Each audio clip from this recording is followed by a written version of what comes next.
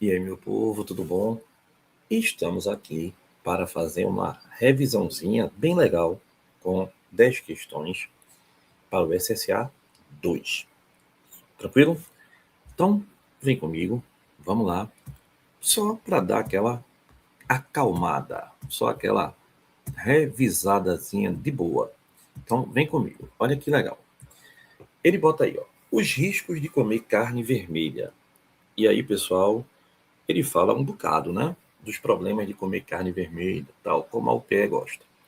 Mas a questão mesmo começa aqui, ó. A titulação é uma das técnicas usadas para determinar a concentração de uma solução desconhecida. Então, é uma das técnicas usadas para determinar uma concentração desconhecida. Deve ser uma titulação por aí, né? Com esse objetivo, uma alíquota, ou seja, uma pequena amostra, né? Uma pequena amostra, ou seja, uma alíquota de 8 ml de uma solução de ácido sulfúrico, vou ter aqui, ó, 8 ml de uma solução de ácido sulfúrico, cuidado, porque ácido sulfúrico é um diácido, né? Tem 2 hidrogênios. Foi colocada em uma Erlenmeyer com 3 gotas de fenolftaleína, que é um indicador. Na sequência, colocou-se uma bureta com meio mol, 0,5 mol por litro de hidróxido de potássio, KOH, tendo início a titulação. Depois de alguns instantes, notou-se que o volume da base consumido havia sido de 20 ml. Nessa situação hipotética, qual a concentração da solução do ácido sulfúrico?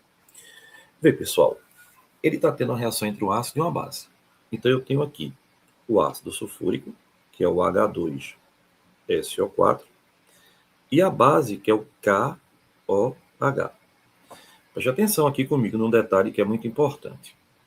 Eu tenho 2 hidrogênios no ácido e eu só tenho uma hidroxila na base. Para que a reação esteja equilibrada, eu tenho que ter também 2 mols da base. Por que isso?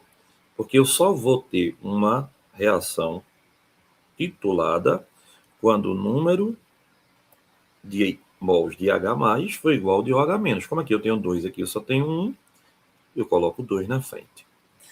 Então, qual é o detalhe?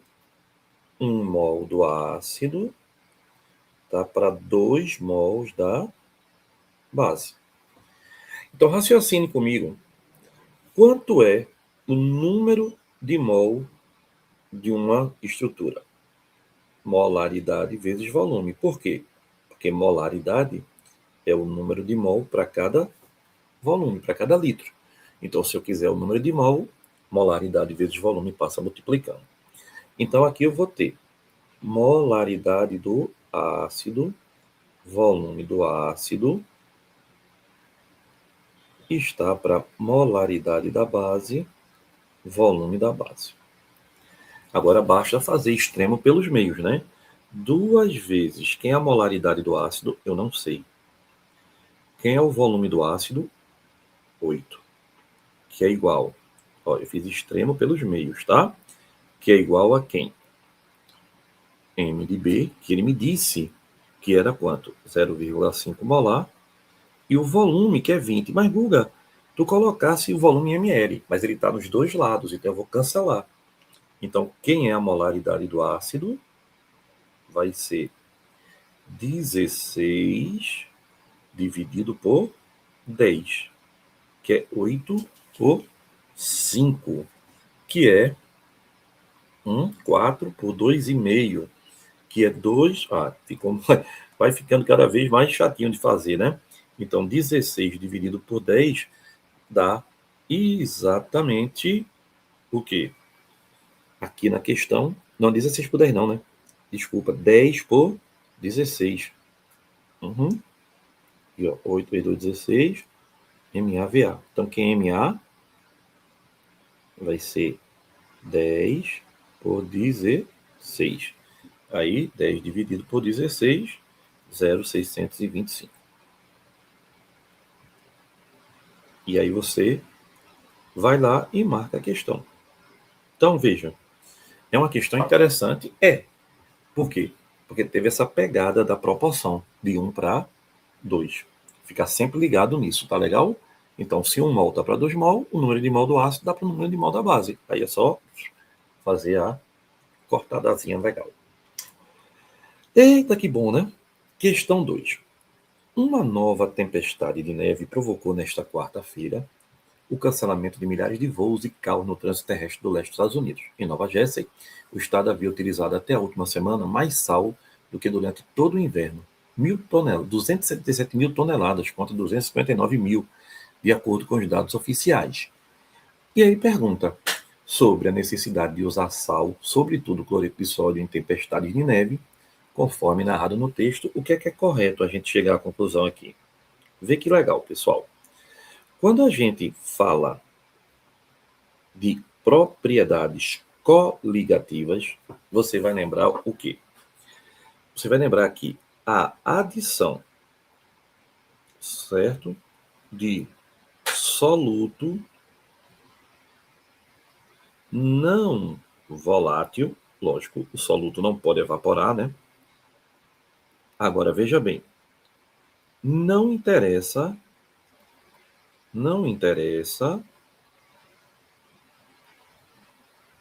a natureza do soluto. Do soluto, viu? Só interessa a quantidade. Só a quantidade. Só quanto tem ali. Então, quando você adicionar um soluto não volátil, ele vai fazer 3 coisas. Ele vai dificultar. Exatamente. Ele vai dificultar. O quê? Vai dificultar evaporar. Vai sim. Então, se ele vai dificultar evaporar, ele vai diminuir a pressão de vapor. Ele evapora menos, tá bom? O nome disso é tonoscopia. Se você dificulta evaporar, você também vai dificultar ferver. Ferver a 100, vai ferver na temperatura maior que 100. Aí o nome disso é aumentar o ponto de ebulição com ebuliometria. Pode ser também ebulioscopia, tá? Tá dado mesmo. E também vai dificultar o congelamento. Vai congelar menos. Então, diminui o ponto de fusão, que é o criometria ou crioscopia. Tá bom? Então, isso são os efeitos coligativos imediatos. Então, veja bem, se você me perguntar assim, Guga diz, quando a gente adiciona um soluto não volátil a uma solução, quais são os efeitos coligativos? Quais são? Dificulta evaporar, dificulta ferver, dificulta congelar. Concorda? E aí, pessoal, ainda tem outro detalhe. A gente tem a pressão osmótica. Então, ele diminui a pressão de vapor, eleva o ponto de ebulição, abaixa o ponto de congelamento e aumenta a pressão osmótica, que é chamado de osmometria. Então, a solução passa a exercer maior pressão osmótica. Tá certo? Não esquece isso não, que isso é bem importante para a gente. Aí, na questão, ele colocou lá para a gente, ó. Ele colocou. Por que se coloca esse gelo, pessoal?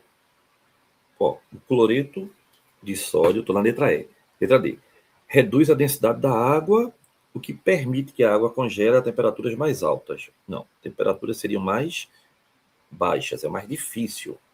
O sal dissolvido na água aumenta a pressão de vapor. Não, ele diminui, porque veja, colocou soluto, acontece tudo ao mesmo tempo. Diminui pressão de vapor, aumenta ponto de ebulição e diminui ponto de fusão. O uso dessa substância na estrada aumenta o ponto de congelamento. Não é aumenta, é diminui. O cloreto de sódio tem a capacidade de abaixar o ponto de congelamento da água que ao nível do mar, a água congela a 0 graus Celsius. Então, uma questão bem tranquila. E coligativas, pessoal, é um assunto que geralmente eles têm mostrado na provinha deles com uma certa regularidade, tá? Então, vamos à luta. Agora uma questão de lei de Hess. Olha aí. As equações termoquímicas das reações de combustão de três combustíveis, acetileno, etino, hidrogênio e etano, são apresentadas a seguir.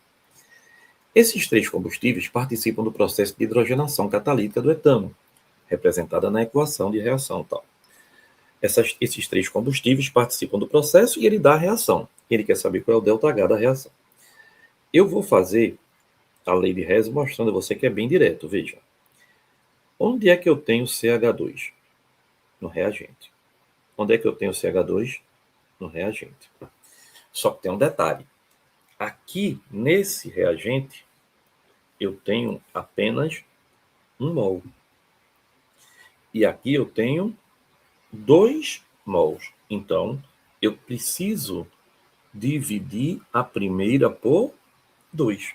Então, vai ficar aqui, ó. Fazer aqui bem bonitinho. C2, H2, mais 5 meios de O2. Eu estou dividindo, tá? Dando 2 CO2 e uma água. Se eu dividir a equação, eu tenho que dividir o ΔH. Então, 2.602 dividido por 2, isso aqui vai ficar com o valor de menos 1.301. Pronto, resolvi o primeiro. Agora, eu vou tentar resolver o segundo, né? Vamos lá? Vamos.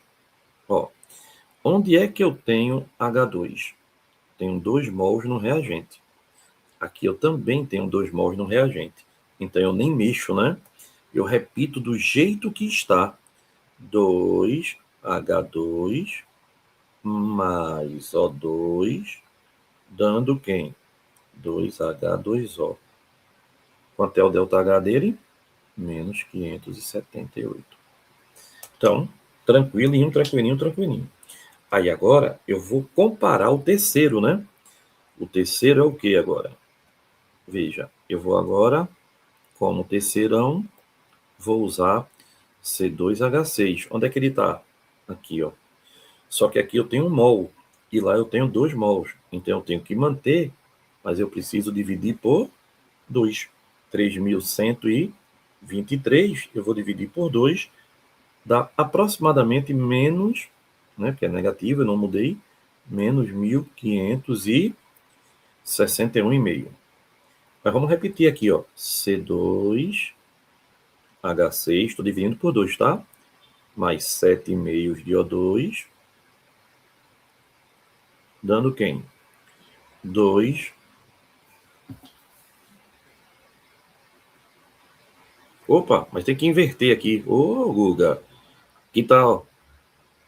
Aqui tá no produto, aqui tá no reagente. Eu tenho que inverter.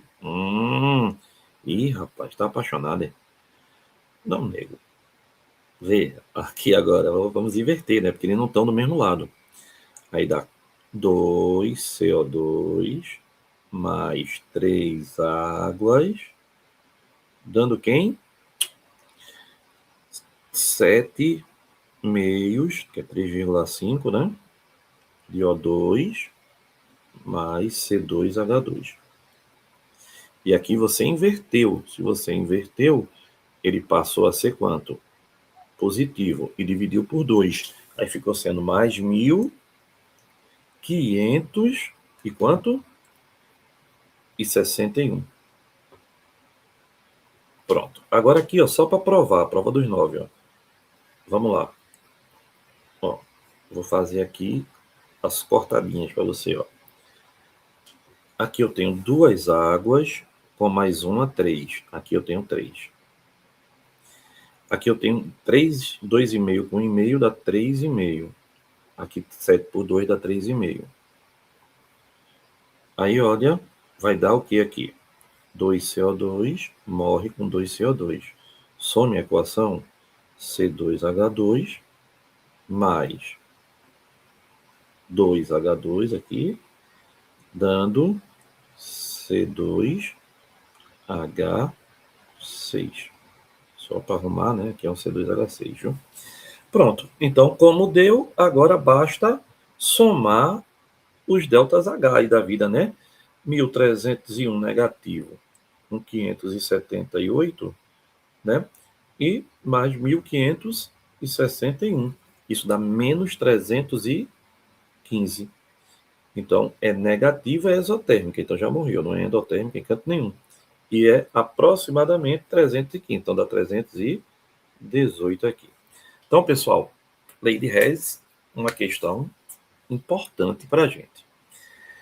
Aí agora, olha aí, ó. Cinética química. Cinética química. Cinética química, tu precisa lembrar do quê? Que estuda a velocidade com que as reações acontecem. Então, para ter uma reação, eu preciso ter o quê? Orientação das moléculas, afinidade entre as moléculas e energia.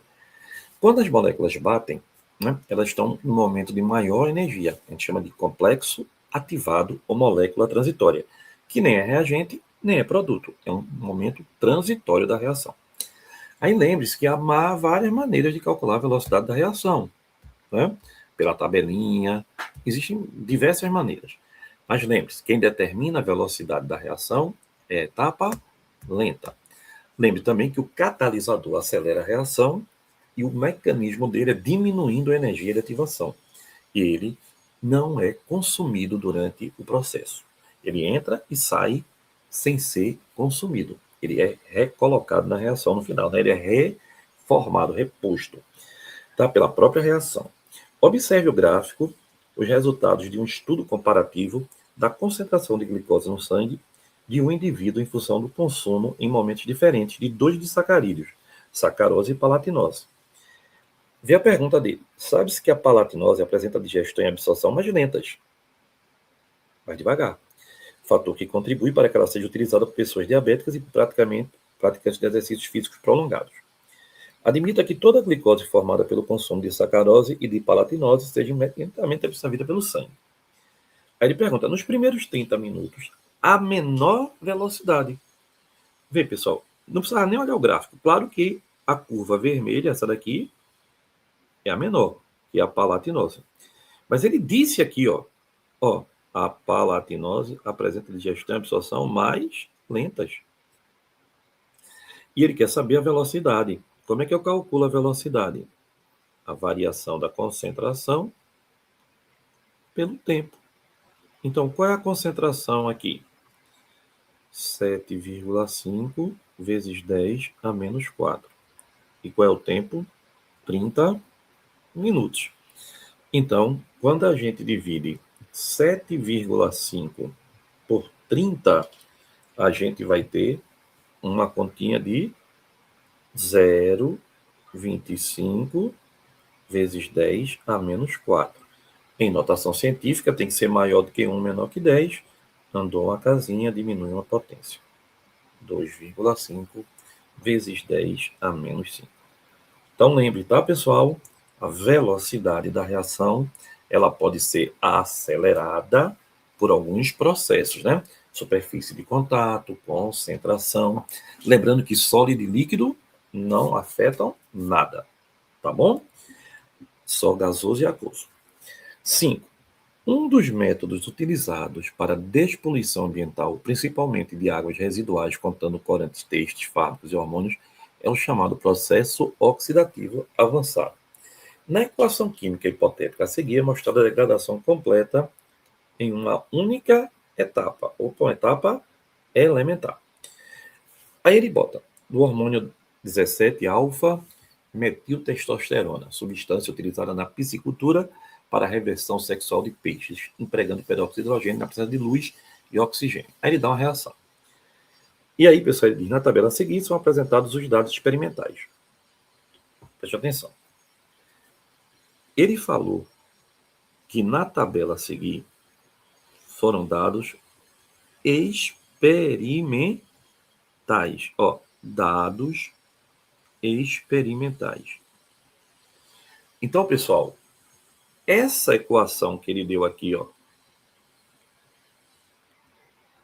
essa equação que ele deu aqui, a gente aprende que a velocidade é o produto das concentrações dos reagentes elevado aos seus coeficientes. Mas aqui não vale nada. Por quê?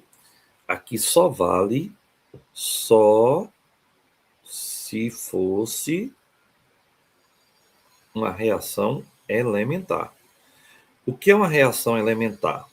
É aquela que ocorre em uma única etapa, certo? E aí é muito importante que você lembre que uma reação elementar, aquela que acontece em uma única etapa, exatamente, não pode ter 4 experimentos, por exemplo, não pode ter nem 2, só pode ter um. Então, se ele der uma tabela, você disser rápido e lento, você já sabe que não pode usar. Isso é um distrator. Isso é para derrubar você. Então, fuja dele. Ah, Guga, mas às vezes dá. Às vezes não resolve o problema. Tem que dar sempre. Então, como é que a gente vai fazer aqui? Veja, eu tenho 3 concentrações. Nesse momento, O2 está constante. Nesse momento, a água oxigenada está constante. E nesse momento, o C20H30O2, que é o metiltestosterona, teve a sua concentração dobrada. Então, eu boto 2 elevado a 1. 2 elevado a 1. Aí eu venho para a velocidade, e olha bem, se eu olhei entre 1 e 2, só posso comparar com 1 e 2. Então, a velocidade entre 1 e 2 dobrou, que também é 2 elevado à primeira. Então, eu já sei que a velocidade ela é constante, né? E C20 H30O2 é elevado à primeira. Está resolvido já. Aí agora vem aqui, ó. Eu já sei a minha vida com o hormônio. Agora venho para o outro lado. Veja, se eu escolher o experimento entre 1 e 3, nesse intervalo entre 1 e 3, o oxigênio também está constante entre 1 e 3. Então, o que é que está acontecendo? Não está mexendo na concentração nem do hormônio, nem do oxigênio. Então, eles não estão participando nesse momento. Estão lá, ó. Não está variando. Mas a água oxigenada, ó, dobrou. Quando ela dobrou, a velocidade quadruplicou. Quadruplicar é 2 ao quadrado. Então, entenda. 1 dobrou, ele, ao dobrar, a velocidade quadruplicou. 4 é o quadrado de 2. Então, a velocidade depende de quem? Da água oxigenada ao quadrado. E o último dos processos aqui da gente é aqui, ó.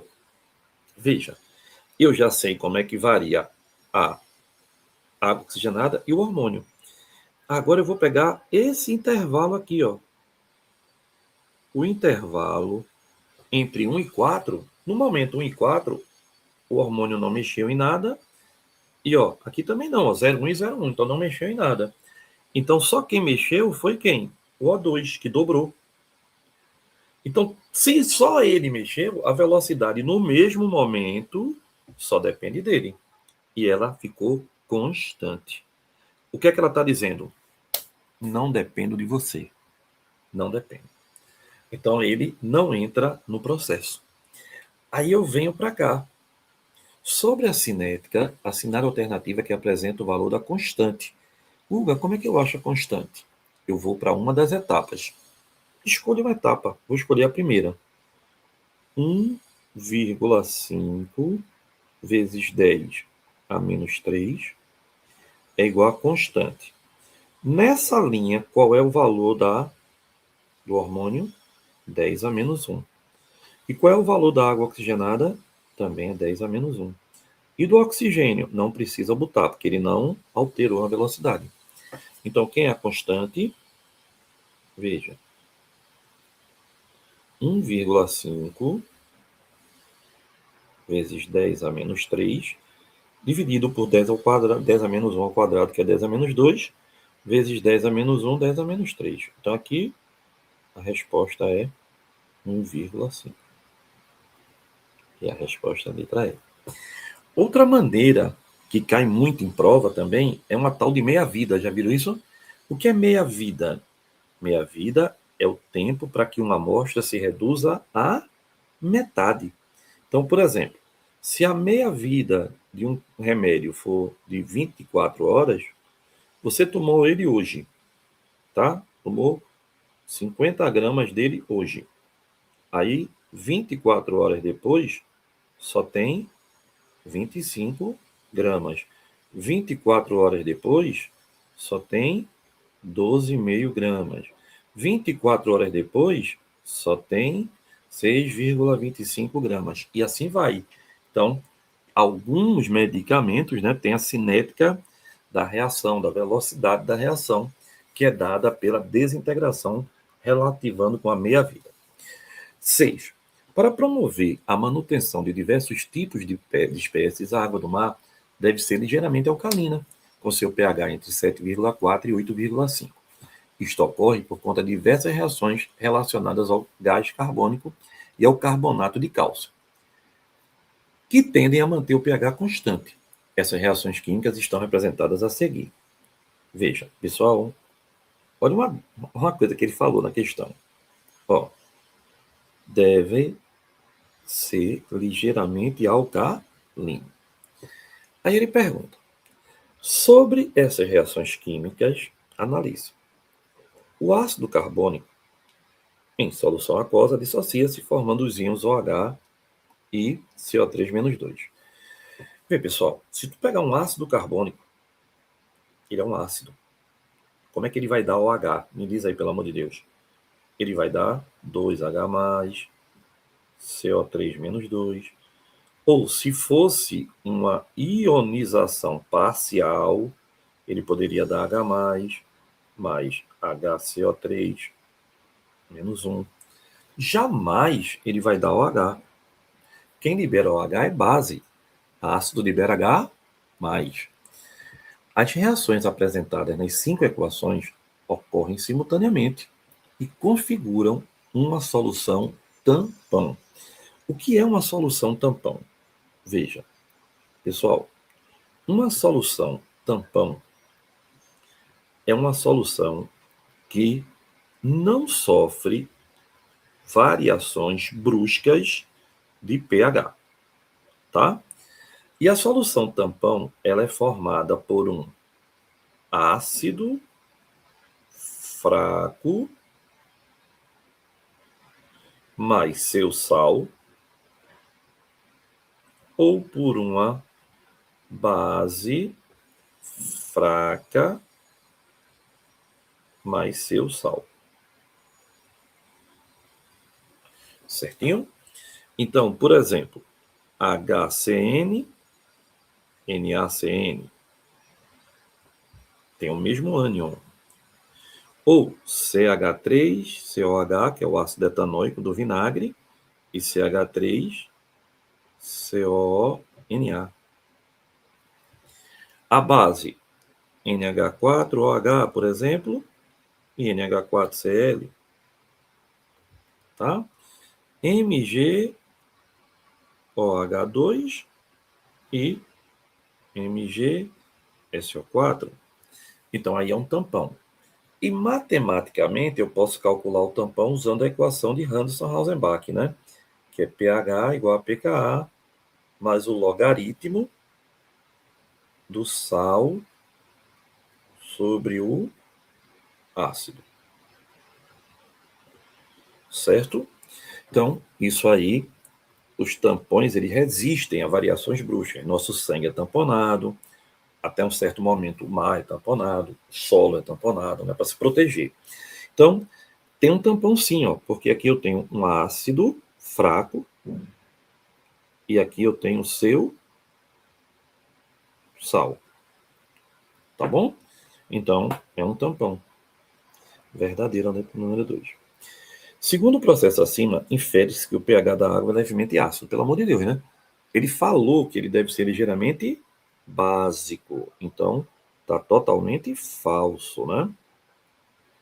4. Caso haja excessos de íon H+, o íon, né? Ele está dizendo, o sistema desloca no sentido de CO3. Pessoal, H+ e CO3 estão do mesmo lado. Então, se eu aumentar qualquer um dos dois, desloca no sentido contrário a eles, né? E não no sentido deles. E na equação 1 ocorre um equilíbrio físico entre o gás e a solução aquosa. Verdadeiro.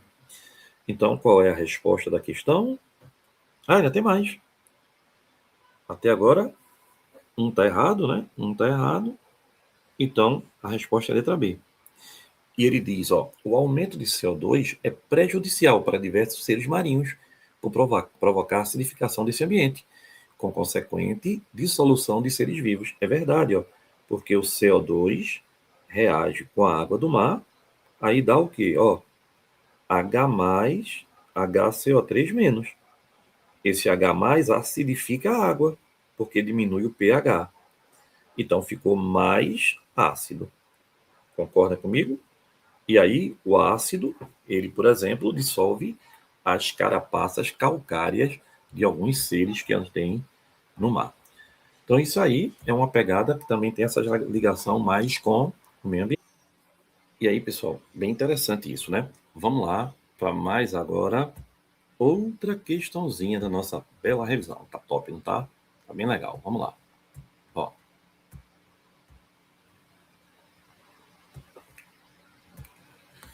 Veja, ele colocou aí pra gente. Ó que legal. Ele colocou pra gente. O Conselho Nacional do Meio Ambiente, CONAMA, regulamenta a formação adequada de descarte de resíduos de laboratório de química. Resíduos ácidos devem ser neutralizados antes de serem despejados na pia. O esquema ilustra o tratamento adequado de uma solução de ácido clorídrico. Tá? O neutralizante utilizado nessa operação deve ser, pessoal, se você aqui tem um ácido, você tem um excesso de H+, né? H+ ou H3O+, que é a mesma coisa. Então, o que é que você vai ter que colocar aqui dentro? Alguma coisa que tenha natureza básica. Eu lhe pergunto, NaCl tem natureza básica? Vamos ver. NaCl, NaH4. Veja. NaCl,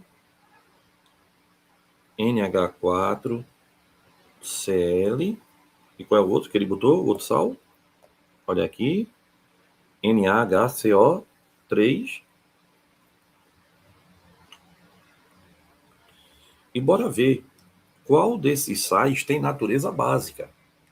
Então, por exemplo, NaCl ele é formado por NaOH, que é uma base muito forte. Aí tu vai me dizer, mas como é que eu vou saber quando a base é forte? Quando é da família 1A ou da família 2A, exceto berílio e magnésio. Certo? Então, aí é quando eu tenho uma base extremamente o quê? Forte. Aí vê bem. Agora, se eu tiver NH4, né, desculpa, e Cl. Cl vem da HCl, que é um ácido extremamente forte. Aí, dos hidrácidos, que são ácidos sem oxigênio, os fortes são HCl, HBr e HI. Não é? Aí tem outros que é bom a gente memorizar. H2SO4, HNO3, HClO4 e por aí vai. Tranquilo? Aí agora, veja, NH4Cl. Pessoal, tem uma base que é importantíssimo que a gente lembre dela sempre, que é NH4OH. Porque essa base, ela é fraquíssima. Muito. Mas ela é solúvel. Tá bom? Então ela é interessante. E Cl vem do HCl, que é um ácido forte. Agora, NaHCO3. Veja, NaHCO3 vem de quem? De NaOH, que a gente acabou de ver, que é uma base muito forte, é da família 1A. E HCO3, ele vem da ionização parcial do H2CO3. que é um ácido com carbono, que já é um indício de ser fraco.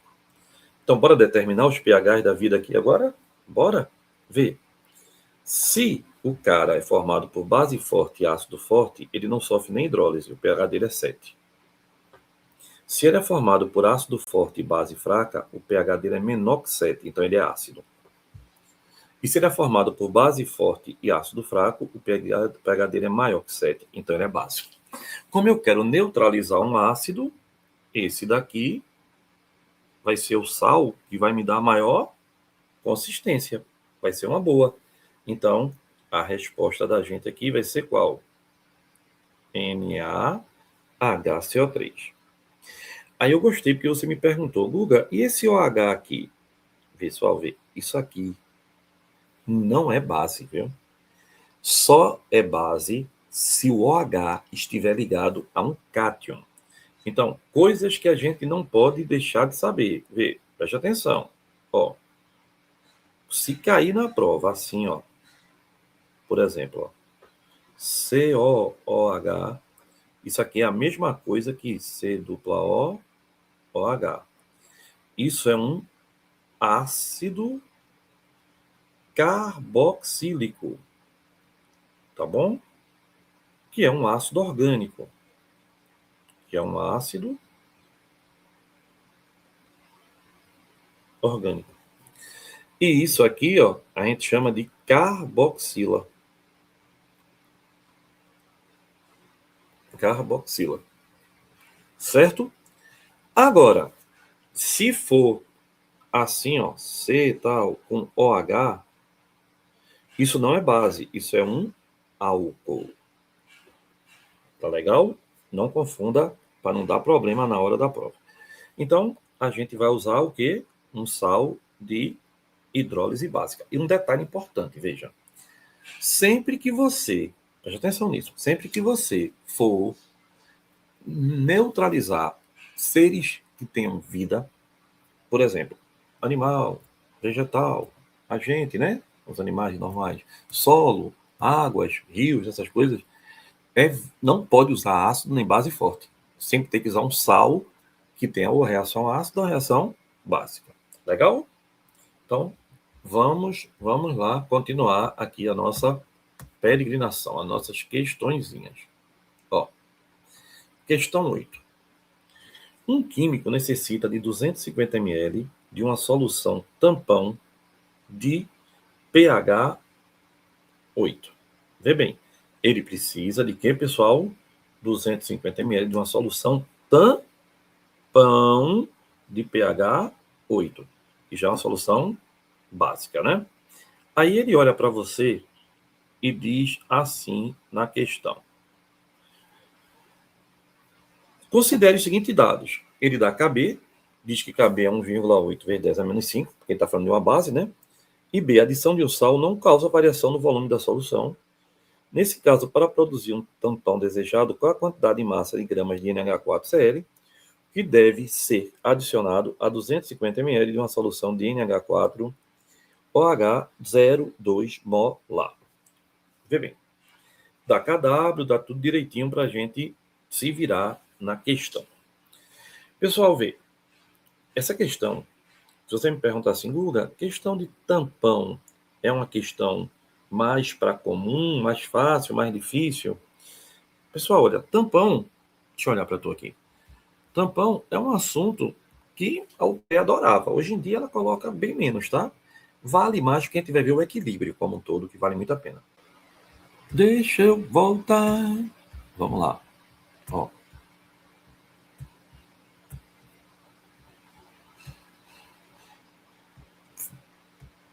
Olha aí. Então vamos lá, pessoal. Primeira coisa é a gente imaginar aí o que é que ele está nos dando, né?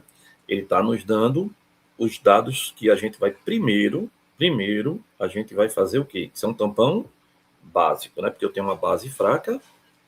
Deixa eu abrir uma folha aqui melhor. Eu tenho uma base fraca, que é o NH4OH, muito bem. Eu tenho uma base que é o NH4OH, certo? E o sal, que é o NH4Cl. Então, isso aqui é um tampão básico.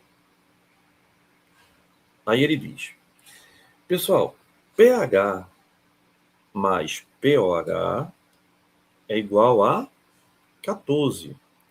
Isso se tiver a 25 graus Celsius, né? Então, se ele disse que o pH dele aqui vai ser qual? pOH vai ser 14 menos o pH, que era 9. Então, o pOH é igual a 5. Certo? Outra, PKB. PKB é igual ao menos logaritmo de KB. Então, vai ser quem? Quem é o PKB? Menos log de... Quem foi o KB que ele deu a gente aqui? Então, aqui, ó. 1,8 vezes 10 a menos 5. Então, 1,8 vezes 10 a menos 5. O PKB é igual a 5 menos o log de 1,8.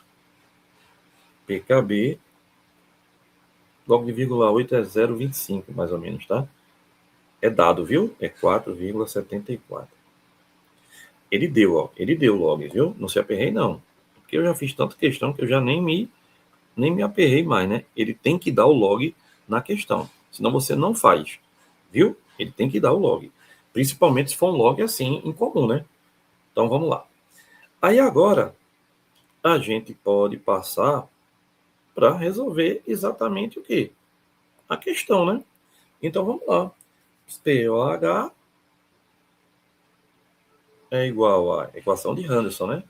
PKB mais o logaritmo de quem?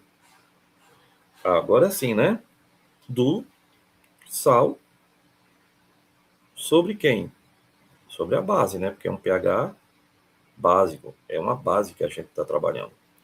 Então, agora, quem é o pOH? A gente achou que era 5. Quem é o PKB? 4,74. Mais o logaritmo do sal, tá certo? Sobre a base.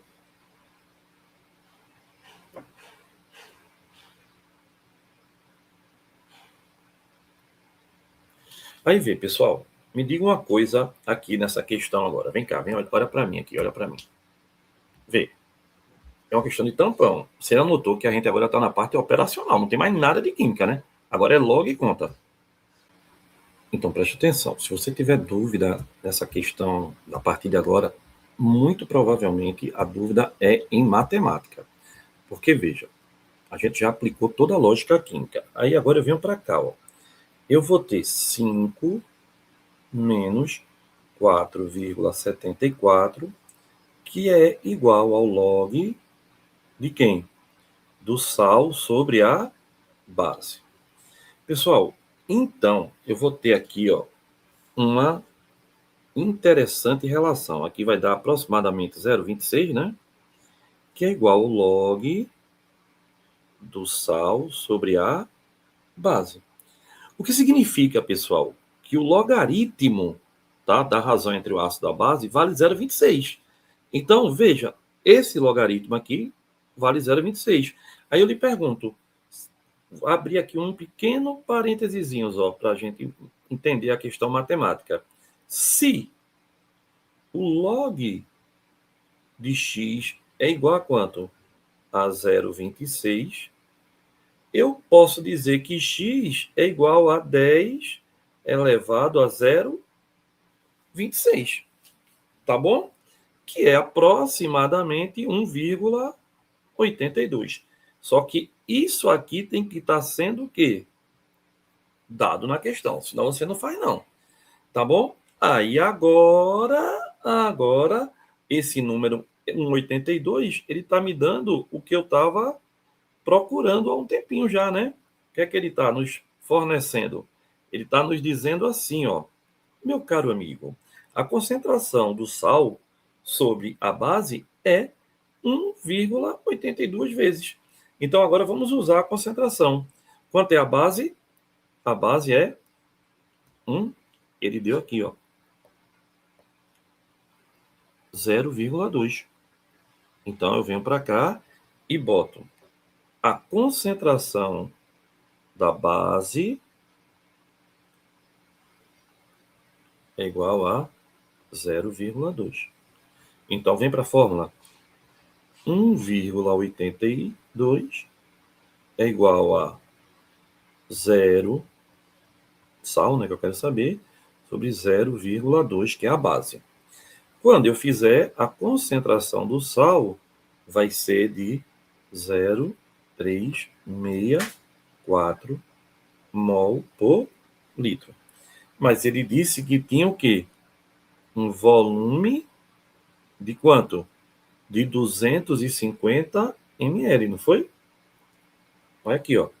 Foi, ó. Aqui, ó, bem bonitinho, ó. 250 ml de uma solução da base. Então, agora eu vou multiplicar por quanto? 0,364 para achar o número de mol, né? 0,364, que é a molaridade, vezes o volume em litro, que é 0,25. Então, quanto é o número de mol da base? 0,091 mol. De quem, pessoal? Do sal, né? Do sal. Então, agora acabou a questão, porque ele quer converter isso em grama. Então, 1 mol de NH4Cl, tá? Dá 53,5 gramas. Então, 0,091 mol dá X. Quanto é X? Bem pertinho de 4,9 gramas. É uma questão difícil, muito difícil, que nem devia estar na revisão, né? Porque não tem caído questão de tampão assim, tá? Tem caído questão de tampão muito mais direta. Então, vamos lá. Depois, a gente agora vai para uma questãozinha de número 9. O processo de extração de lítio em salmouras consiste basicamente em uma concentração por evaporação e precipitação de carbonato de lítio, na concentração de lítio 0,10 molar, para atingir solução saturada de carbonato de lítio.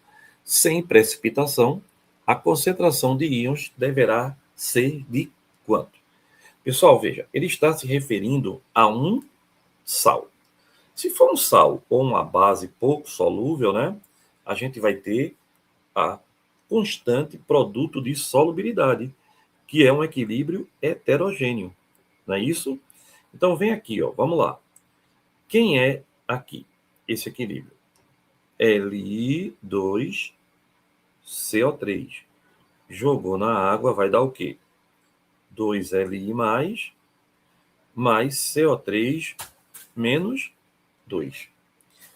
Quando você fizer essa conta, aqui vai ser X, 2X e X. Então, quem é o KPS aqui dessa solução? 2,5 vezes 10 a menos 2. Como aqui é sólido, sólido não entra no equilíbrio. Mas aqui fica 2x ao quadrado vezes x. Então, 2,5 vezes 10 a menos 2 é igual a 4x ao cubo. Certinho? Aí vê, pessoal, que legal. O que é que vai acontecer aí? Quando a gente achar essa relaçãozinha do lítio com eles, tudo bem? Ele me diz que o lítio, somente o lítio, é quanto? É 0,10. E não me diz quanto é o outro. Tá certo? Então, vê, eu vou ter aqui, ó, uma relação onde vai ter 2 vezes o quê? 2x, que é 0,10, que é o lítio, tá? Que ele já disse que é a concentração do lítio. E o x, que é o que eu quero saber. Então, agora, Vamos fazer a continha? Fazendo essa continha, o x que a gente vai achar aqui é de aproximadamente 2,5 vezes 10 a menos 2, dividido por 10 a menos 2, né? 10 a segunda. Aqui. Quando eu faço isso, eu acho que a minha concentração é de 2,5 mol. Deixa eu melhorar aqui. Está muito apertado. Eu não gosto de conta apertada, não. Vê. Deixa eu fazer ela maiorzinha aqui para a gente entender melhor. Vê. A concentração de íons lítio é 0,1 molar. Tá bom? Então, veja. Li2CO3 é um sal. Todo sal é o quê? Sólido. Lembre-se, pessoal. Olha para mim. Sólido e líquido não entra em nenhum equilíbrio. Voltar para cá. Então, vê. Como todo sal é sólido, ele não vai entrar na brincadeira, tá? Tira ele da brincadeira. Então, aqui, ó, vai ser quem? Lítio, 2 mols, e CO3, menos 2. Esses aqui estão em solução aquosa. Aquoso e gasoso entra na solução. Aí ele diz, ó, a concentração dos íons lítio é 0,2. Então, eu já sei que o KPS é o produto dos produtos. Não foi isso que eu fiz ali?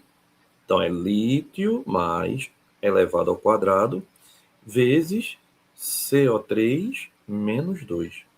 Quem é o KPS? 2,5 vezes 10 a menos 2. Quem é a concentração de lítio que ele falou? 10 a menos 1 ao quadrado. E CO3, estou doidinho para saber. Então, quem é a concentração do carbonato? Vai ser 2,5 vezes 10 a menos 2, dividido por 10 a menos 2, que é 10 a menos 1 ao quadrado. Aí isso dá 2,5 mol por litro. E aí a gente marca a letra D. Então, mais uma questãozinha importante nesse processo do SSA2. Questão 10.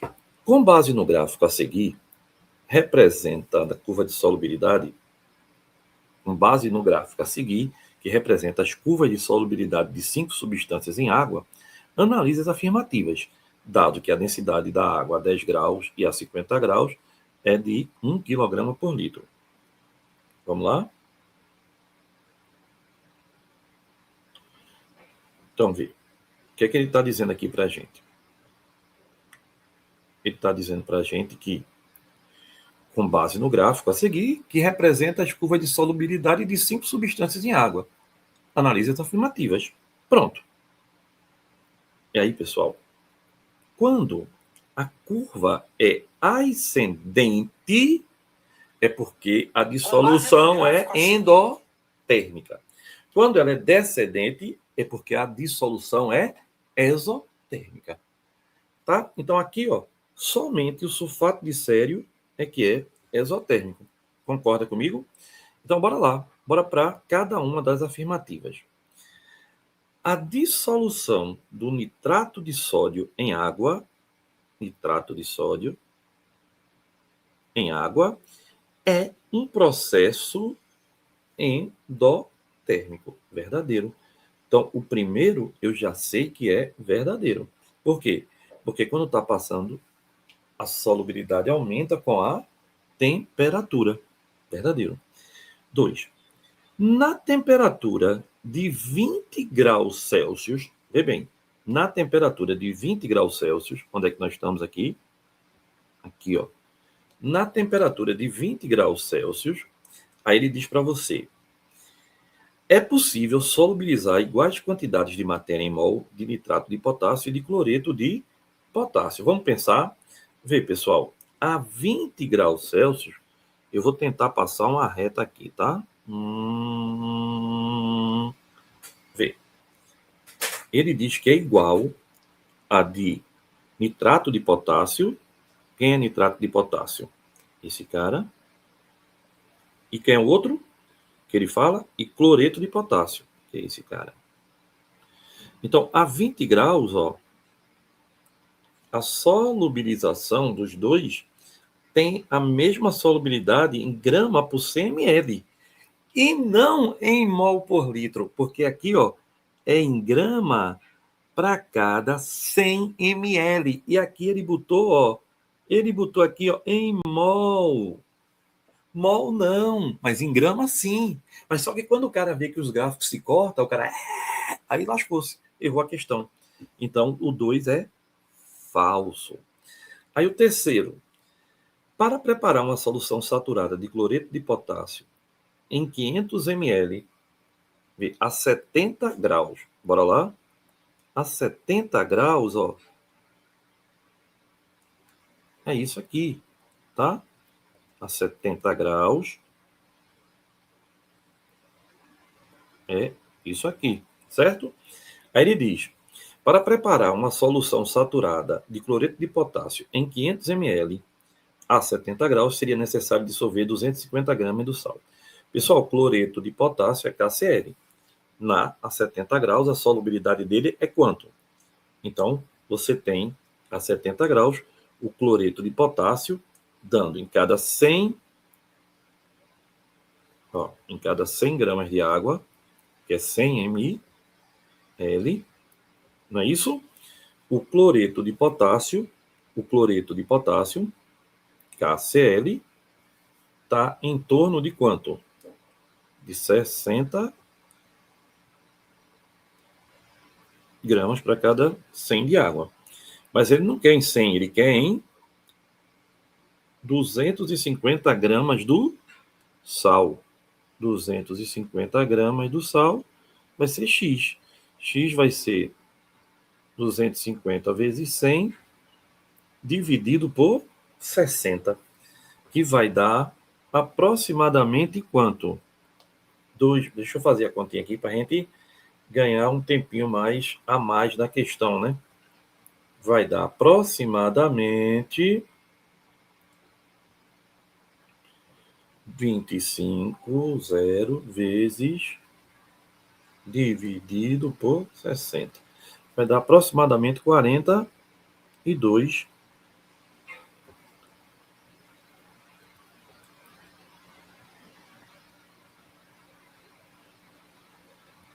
Não, peraí. Fiz a conta errada aqui. Vamos lá, vamos voltar aqui na questão. Tio Google, faz a conta certa aí.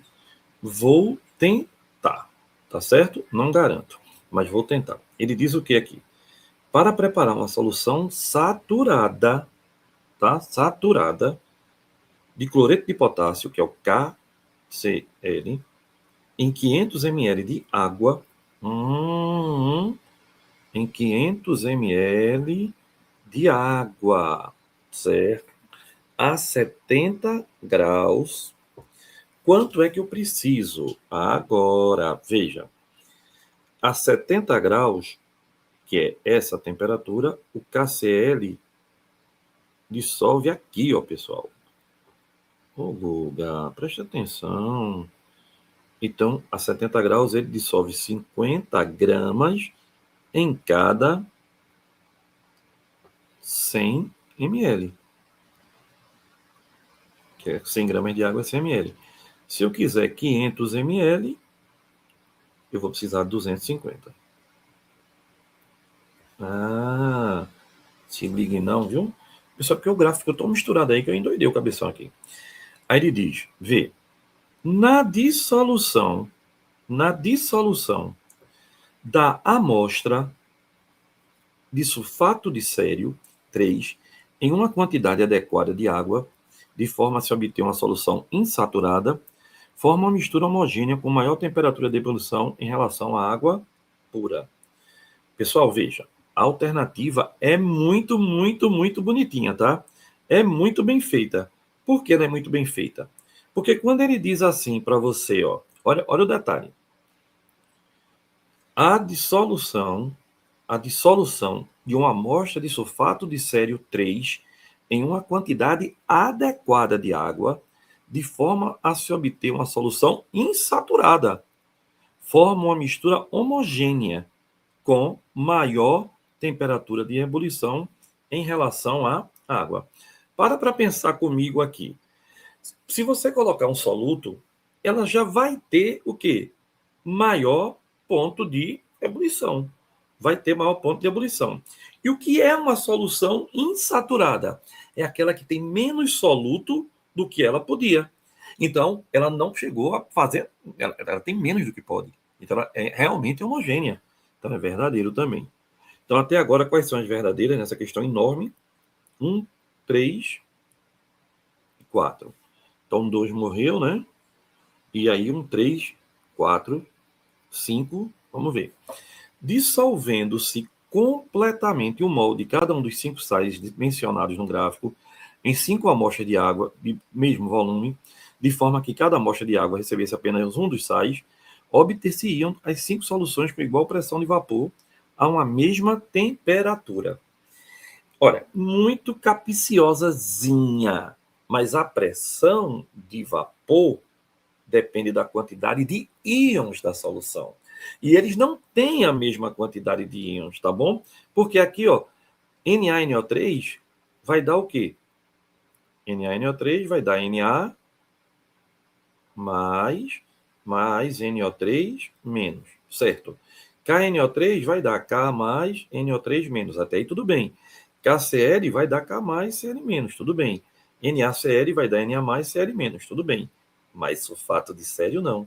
Vai dar 2Sa mais 2, 3SO4 menos 2. Então, esse aqui tem mais íons, teria maior dificuldade para evaporar, menor pressão de vapor. Então, a questão é letra B. C. Vamos ver. Uma solução saturada de nitrato de potássio a 50 graus, ó, saturada de nitrato de potássio a 50 graus. É aqui, ó. Ela tem 80 gramas em cada 100. 80 gramas em cada 100 ml de água. Tá? Deve apresentar uma concentração aproximadamente de 8 mol por litro. Aí eu tenho que pegar e achar quem é nitrato de potássio. K é 39. Ele dá, viu, pessoal? Nitrogênio é 14. E oxigênio é 16, mas eu tenho 3. 48. 12, 21. 6, 7, 10. 101. Então, nitrato de potássio, a massa molar dele vai ser qual? Vai ser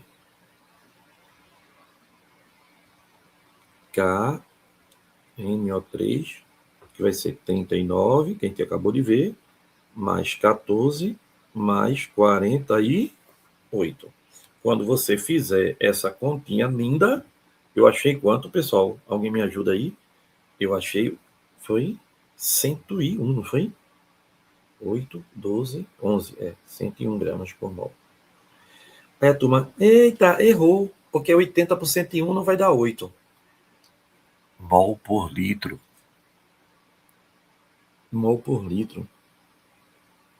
Então, para 1000 ml é X. X é 800 gramas. Aí, como é que eu acho agora o número de mol por 800 aqui, ó?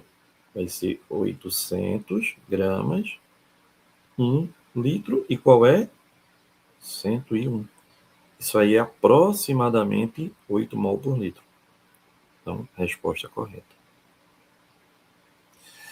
Ufa, a última levou nossa energia, né? Questão muito pesadinha. Vale a pena dar uma olhadinha nela de novo.